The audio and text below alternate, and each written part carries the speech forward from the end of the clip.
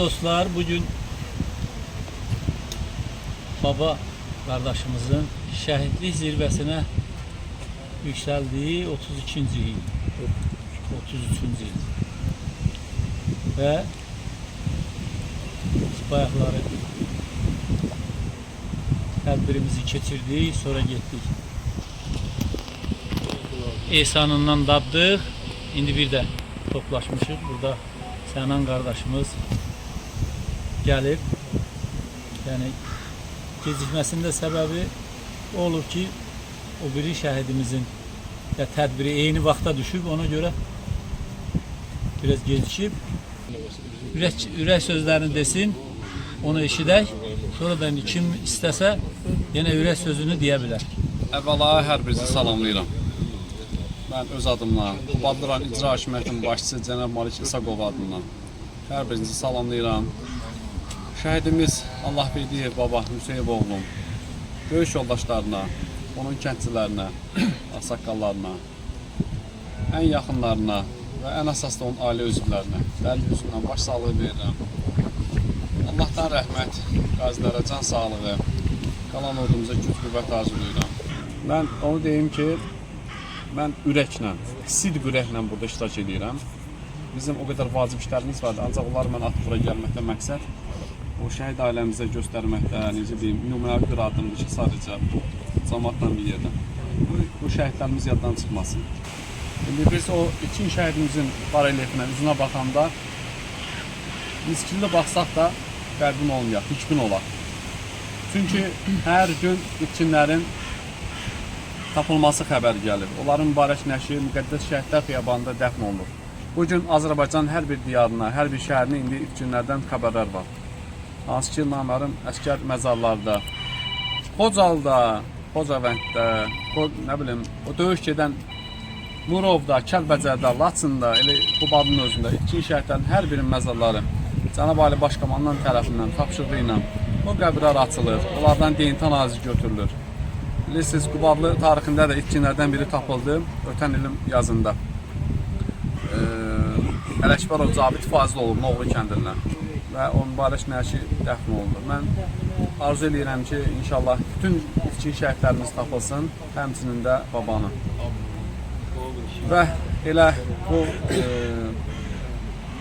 müqəddəs məkan kimi gəlirik, simvolik olaraq burada dayanırıq. Onun belə deyək, məzarı olmasa da məzarsız qəhrəmanlarımızdır. Onları yaddan çıxartmırıq. Bugün burayla yığışmaqda elə onun bariz nümunəsidir. Nə dövlət tərəfindən, nə də elə kənd cəmaatı, döyüşçülər tərəfindən. Başda keçmiş batalyon komandiri, ehtiyatda olan mayor, komandir Davəyə müəllim tərəfindən elə onun ətrafında yığışan, arxasında dayan o döyüşçülər, ağsaqqallar olmaqla bütün şəhid ailələri daim diqqət mərkəzində saxlayır. Həmçində bilirsiniz, Qubadlıran İcra Hakimiyyətinin başçısı. Hal-hazırda şəhidlər, qazilər, onların yaxınları, əzizlərini yaddan çıxartmır.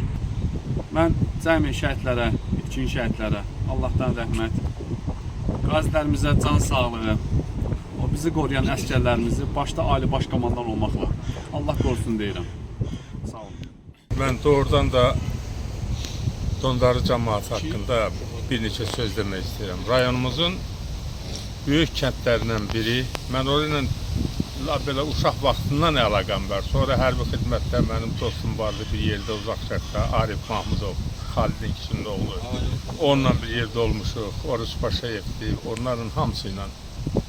Amma bu şəhidin qəbrinin yanına, barelifinin yanına gələndə doğrudan da adam bitər olur. Çünki hamı bir tədbir olanda gedir öz qəbrinin üstünə. Bu valideynlər bir təsəlli tapmaqdan ötəri bilmirlər neynəsin. Belə bir deyim var, torpaq uğrunda ölən varsa vətəndir.